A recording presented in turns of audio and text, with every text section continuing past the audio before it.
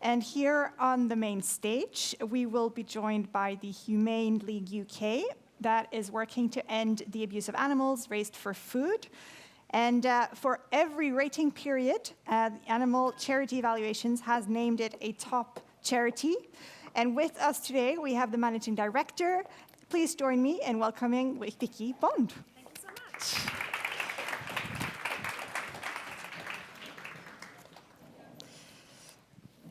I'll just wait for people to shift and for the slides to come up.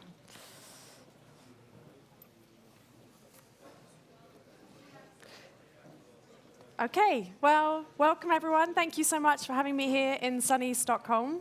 It's really lovely to be here. And yeah, I'm going to be talking today about how we are disrupting animal agriculture by leveraging the competitive advantage of multiple organizations in alliance and filling skill gaps through shared learnings and global campaigns. So before I do that, though, I am going to talk about the theory behind it.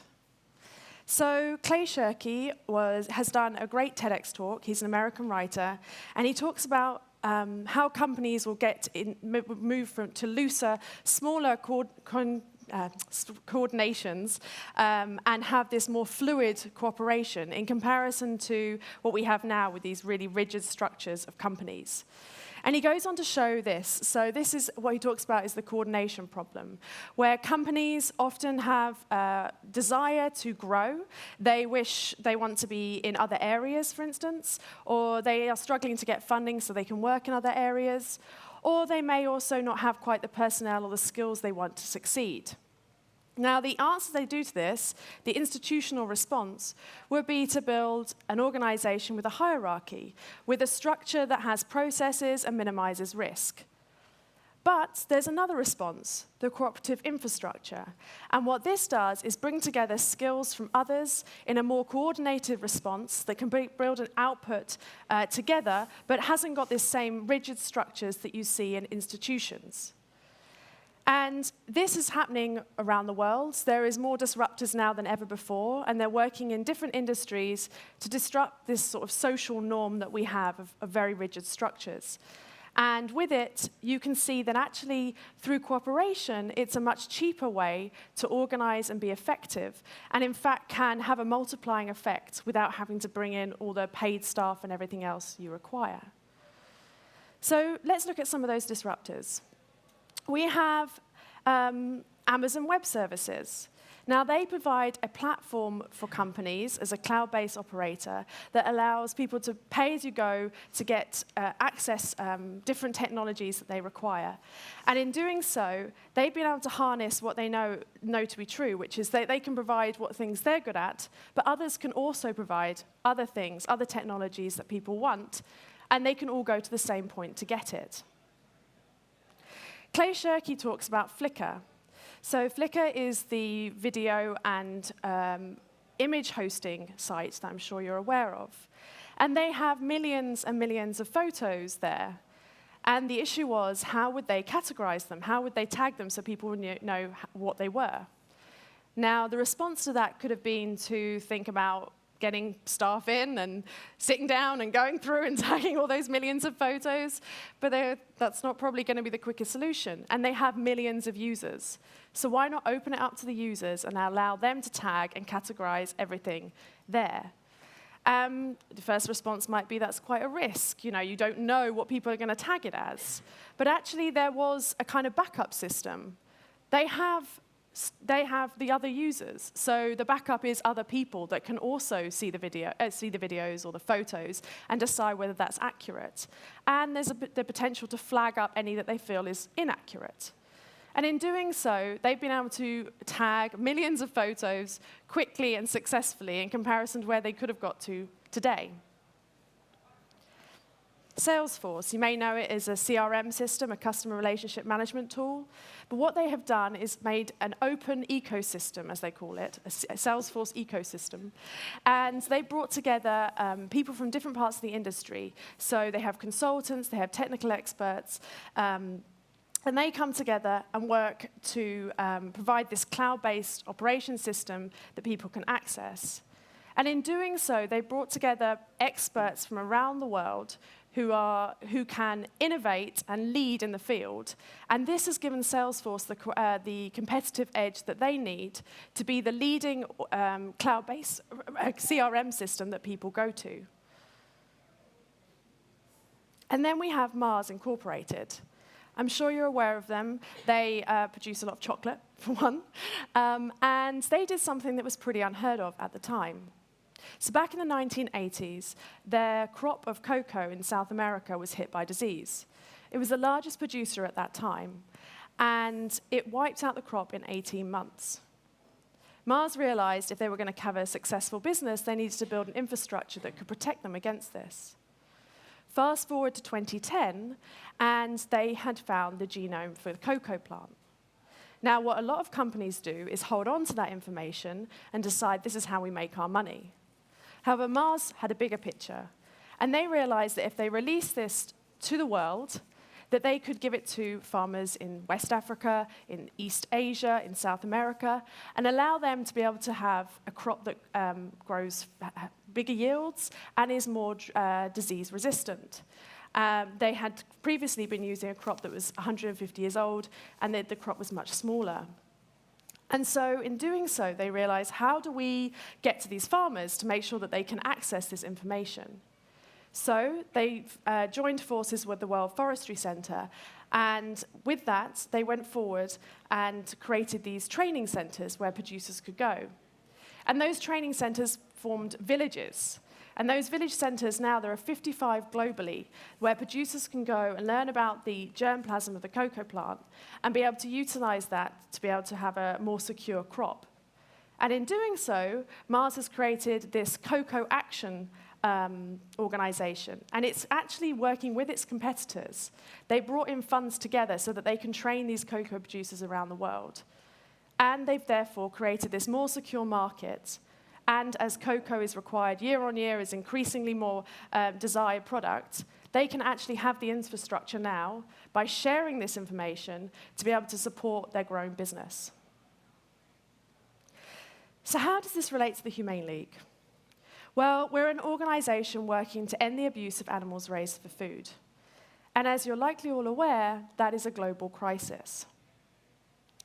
So what if you think of a model that works like other disruptors, but instead of creating profit or new technology, we actually bring together groups to disrupt animal agriculture. And by leveraging our competitive advantage of each organization in the alliance, we can fill skill gaps and share resources. Now, of course, we're not the first organization to think of this. There is Eurogroup for Animals in Europe, who is a paid membership, so it's slightly different. But they bring together members in Europe to lobby in Brussels to produce better legislation for animals.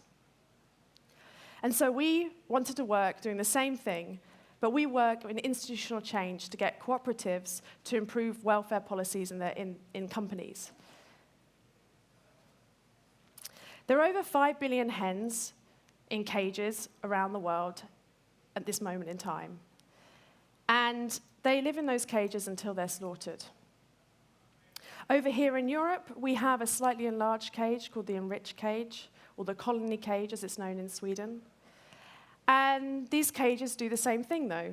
They confine the bird in a small area, and they give them little opportunity to perform their natural behaviors. We knew there are many organizations doing amazing work who already have the organizational infrastructure, the volunteer base, the cultural knowledge, and the establishment. So we figured if we could build a network and bring these people together towards a common goal, we could accomplish these same goals, but faster and more efficiently. And as Howard Yana Shapiro from Mars Incorporated said, standing alone is egotistical. Now, the Humane League was founded in the US. We are now in the UK. We have an organization there. We're also in Japan and Mexico. But we're up against a global problem. And when we look here in terms of global food purchasing companies and the breakdown of where their leadership and headquarters are, you can really see food service and hospitality are dominated by the French as well as American and British companies. Manufacturers are dominated American, but Dutch, Swiss, and Mexican companies. Restaurants predominantly American, but when we get to retailers, we've got a number of countries that have headquarters that have retailers that span around the world. France and Germany being some of the big ones. And that's where huge volumes of animals are used. So, in the spring of 2016, David Coman-Heidi, our president in the US, and Aaron Ross, who's our VP of Strategy and Policy, called a meeting between a few major farmed animal groups in Europe and flew over to Copenhagen to share THL's success story that had been happening in the US. At that time, we'd been working on corporate campaigns. So we do discussion with companies, asking them to commit to go cage-free by 2025. But if that doesn't work, we then launch aggressive campaigns to make the public aware of this lack of commitment that companies are making. So we went to this meeting and we shared the secrets of our campaigning with these organizations and pitched the idea of forming an alliance to end cages. And in May of 2016, we officially launched the Open Wing Alliance with a vision of building a movement to end cages globally. In the beginning, we had just 6 groups and not a huge amount of money, but we were able to give Anima, who are in Denmark, a small grant to help them hire a full-time person to carry out cage-free work. We also gave training to these groups. We shared our campaigning manuals, the very early drafts that we had, and we started going to corporate meetings with them in other countries. And so this was the beginning of the Open Wing Alliance. And we started gaining some members from around the globe, but only really a handful at that time could be active in the work that we do. But that didn't stop us. Instead, we went to these meetings and showed the alliance and how it was growing. And it made us look bigger and more powerful. And so it was an incredibly effective tool that we could use for our corporate outreach. And companies really could not fail to pay attention. And since then, the Global Alliance has grown, and it grows, and it grows. So the red dots are where the Humane League are, but also the yellow dots show where we have organizations part of the alliance. And I have to say that when I wrote this presentation, we had 61 organizations, and by yesterday, we had 63 organizations as part of the alliance. It's hard to keep up. And we cover over 55 countries now around the world. There are just organizations joining us month on month. So we were fortunate enough to be given a large grant that allowed us to distribute out smaller grants to groups that are being set up in countries without any representation or being able to grow so they can have a campaign and corporate outreach department in their organization. So big philanthropic organizations don't typically give small grants out to organizations.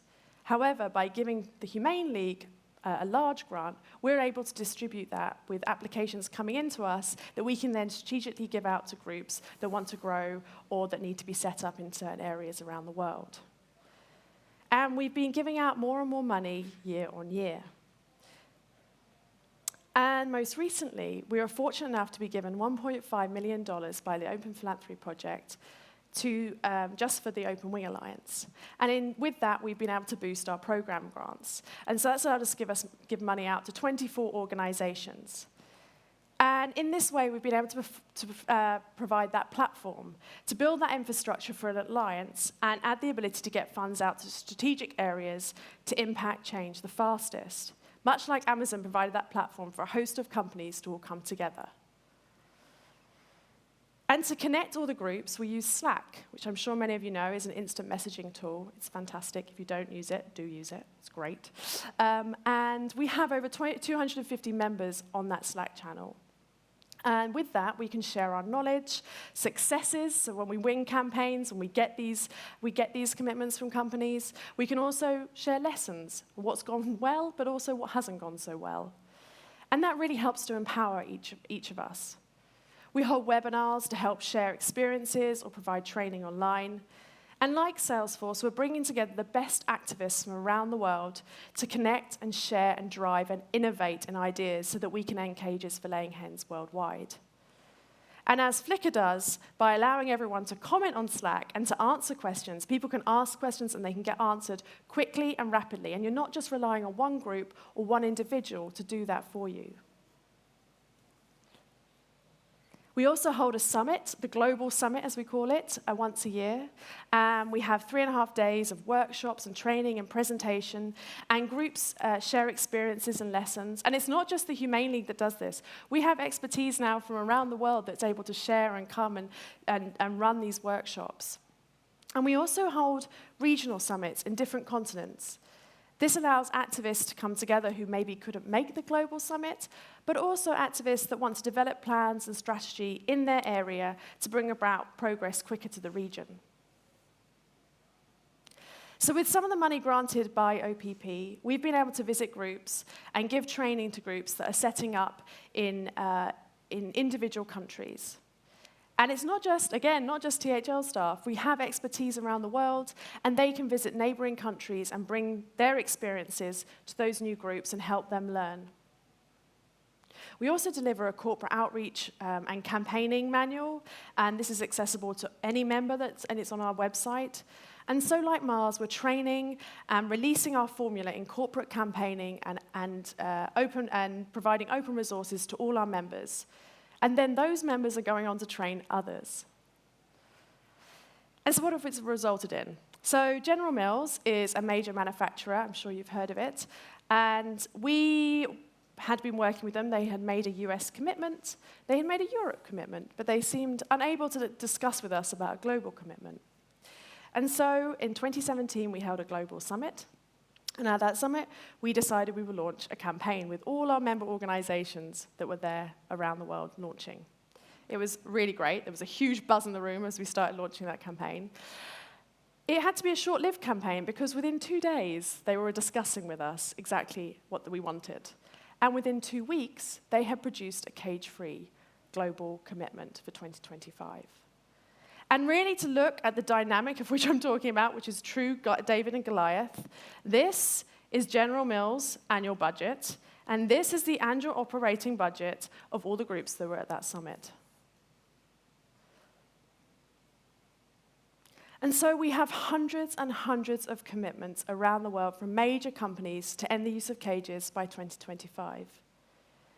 And we can utilize our presence in one country to impact another.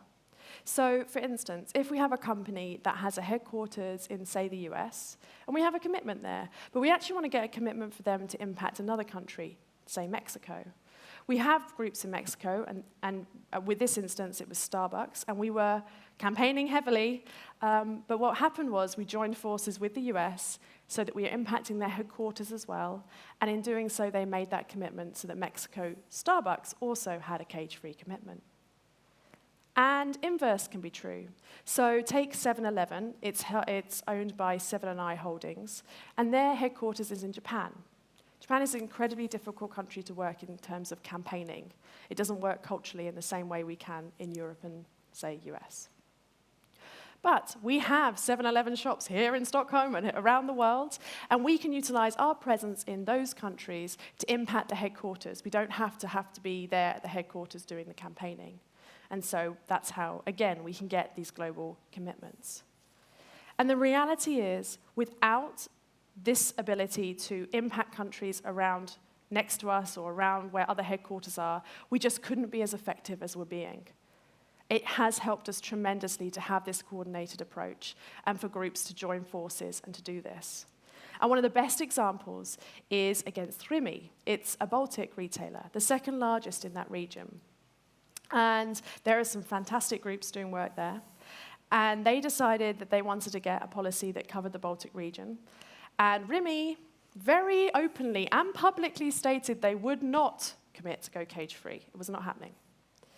So these groups joined forces to campaign on the same day, launching the same day as we did with the global summit. And they campaigned very strategically for 4 months. And eventually, Rimi realized they weren't going to win this. And they created a cage-free commitment that covered both Estonia, Latvia, and Lithuania.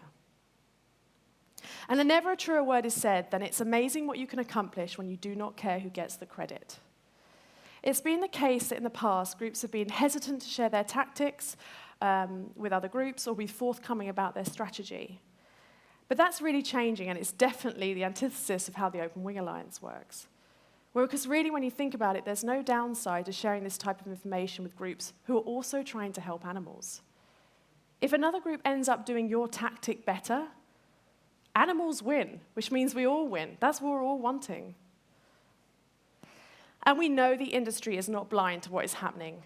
They are not blind to seeing this disruptive force that's happening, that's changing animal agriculture.